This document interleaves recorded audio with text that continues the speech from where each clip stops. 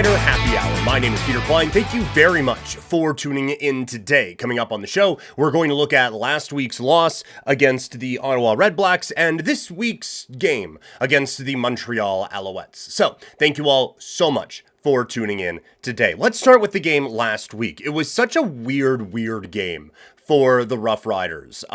You had the weird calls, you had the rain, there was injuries. It was very strange. And unfortunately, coming out of this game, the referees are the story. And you never want that to happen in a game, but that just is what it is. And now look, I want to be abundantly clear about this. The referees aren't the reason why the Saskatchewan Roughriders... Sorry, my dog's in here with me.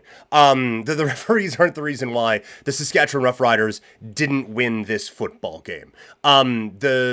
The Riders are the reason why the Riders didn't win this game. And in fact, the referees kind of helped Saskatchewan not lose this game. When you have that defensive pass interference call that went down on Bain in overtime, that should have been the end of the football game, and we should have been coming out of that game with the Riders on a 3-game losing streak. So they got a huge call. That being said, I don't think those two roughing the passer calls were roughing the passer. You cannot bring me to the conclusion that's roughing the passer. I simply do not believe it, quite frankly. And so when you look at where these rules are coming from, obviously they are trying to protect the quarterback. And I certainly don't fault them for that. I absolutely 100% get that. It is, quarterback is probably the most important position in sports when you look at, the marketability of things. When you look at team success, you want to protect your quarterbacks out there. So 100% totally understand. The issue you are having is I don't know what the Rider players are supposed to do on both of those. On the one that injures Drew Brown, you had the Riders Brown doing a glute bridge to try to get away from the quarterback, and it just ended up not working out in that way. And he ends up hurting that quarterback, and now Ottawa may have a quarterback controversy on their hands after the game last night. But I do have some frustration about that, and as a defensive player, I don't know what you're supposed to do in that spot. You have two riders who are coming in at full tilt, and you have Ottawa blockers who are just going low and taking him out at the knees, which I would do if I had a defensive lineman or a linebacker coming full tilt right at me. I would want to get the hell out of the way. And so you don't fault them for doing that, but as they trip, I don't know what they're supposed to do, which is kind of the main topic of all of this.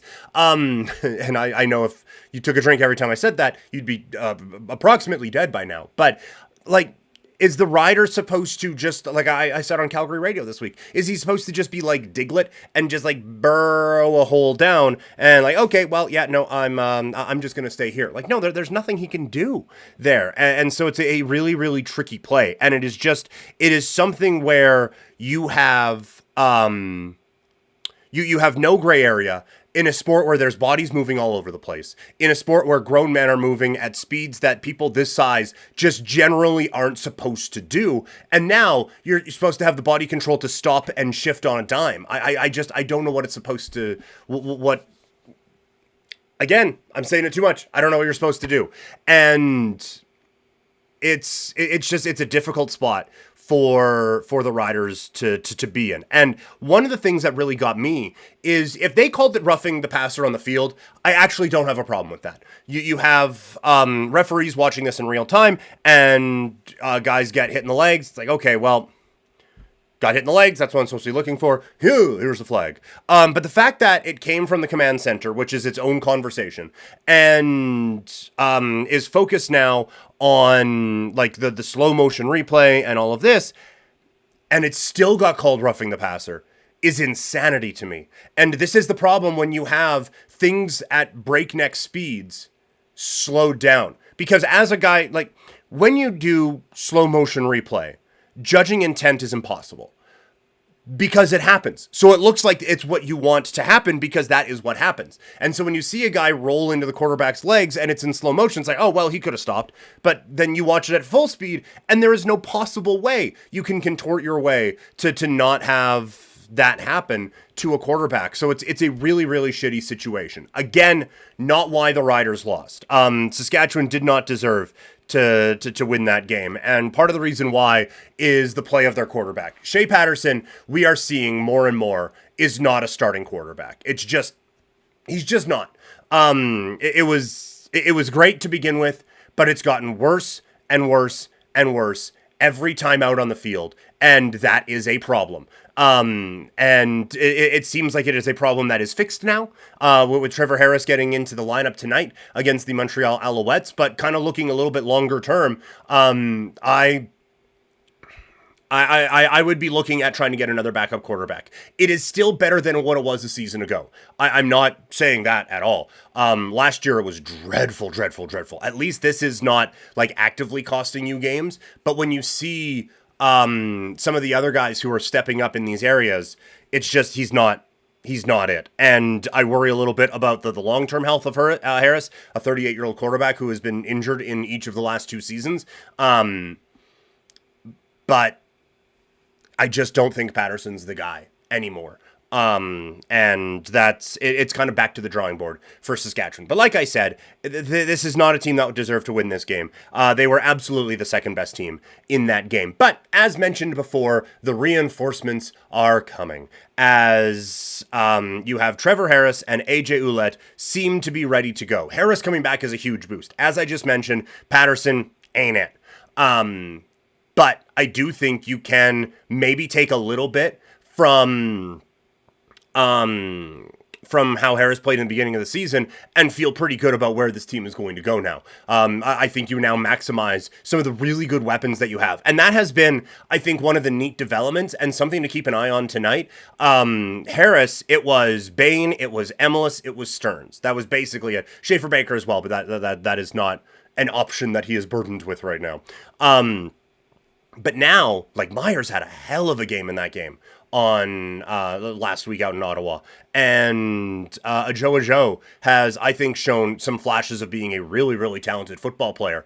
And so now you are looking at a Saskatchewan team that has a few more weapons than when Harris came in at the beginning of the season. And I think you feel very, very positive about that. Can he now maximize these? Also, with Ouellette coming in, it muddies things up a little bit. Now, Hickson gets a little bit banged up as well, but I think Hickson was actually being a bit more effective as a running back for Saskatchewan than Ouellette was. Now, Ouellette was getting a little bit better, but it was very clear he was hampered by injuries. So I think if you're Saskatchewan, the main hope here is that this is a guy who is coming back at full tilt, ready to go, and there are going to be no issues with this team moving forward. So that is the fingers crossed hope that for what is going to happen here as the season goes along. But now let's get into the game, Saskatchewan against Montreal. If you read the Best Bets piece over at 3 Down, you know how I'm going anyway, and assuming you're tuning into a Rider show for Rider Talk, you're probably not going to be overly thrilled with the direction that I take. But Saskatchewan, looking to put that game behind them as they take on the Montreal Alouettes. Cody Fajardo probably isn't going to be playing in this game. He is listed as the backup. Davis Alexander burst onto the scene against Saskatchewan. He goes 17-0 on the Riders in the second half, beating Saskatchewan. Since then, Riders haven't won, Alouettes haven't lost. Alexander has been really, really good. And again, you get a bit of a reinforcement coming back for Saskatchewan with Trevor Harris coming back into the lineup. And I do think that does become the rising tide that raises all ships. The issue does become what's going on the right side of the offensive line. They have gone through 5 offensive linemen there in the last 4 weeks, starting with Hardrick getting injured back in week 6.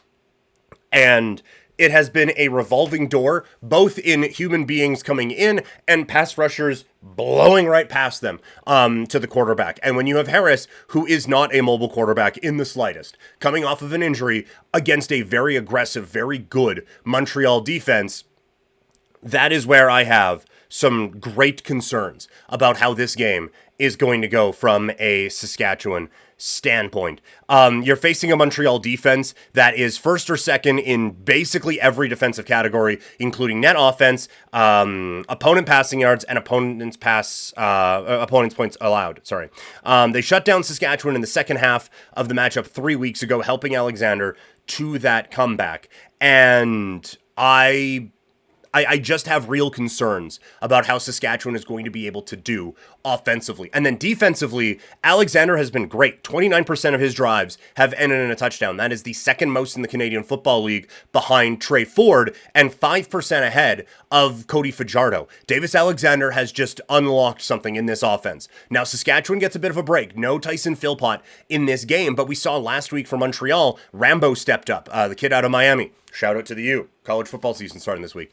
And so I do think that this is a really interesting matchup for Saskatchewan's defense. They have a couple weeks of film now on Davis Alexander, and he kind of lit them up. We'll see now how Saskatchewan is able to respond. They have been able to adjust game to game pretty well, but this is still a defense that's had some troubles. But last week, they were much more disciplined against Crum than they were when they faced Trey Ford a couple of weeks ago. So there are some adjustments that can be made on the defensive side, but overall, I just don't think Saskatchewan is going to be able to put up a whole lot of points on this Montreal defense. So I do have the Alouettes covering in this game. At last checked, they are, I believe, favored by 1.5. So that's going to do it for the Rider Happy Hour. Thank you guys so much for tuning in this week. We'll be back next week. We're probably going to get back to more regular on Thursday. That there's just been a lot going on around here. So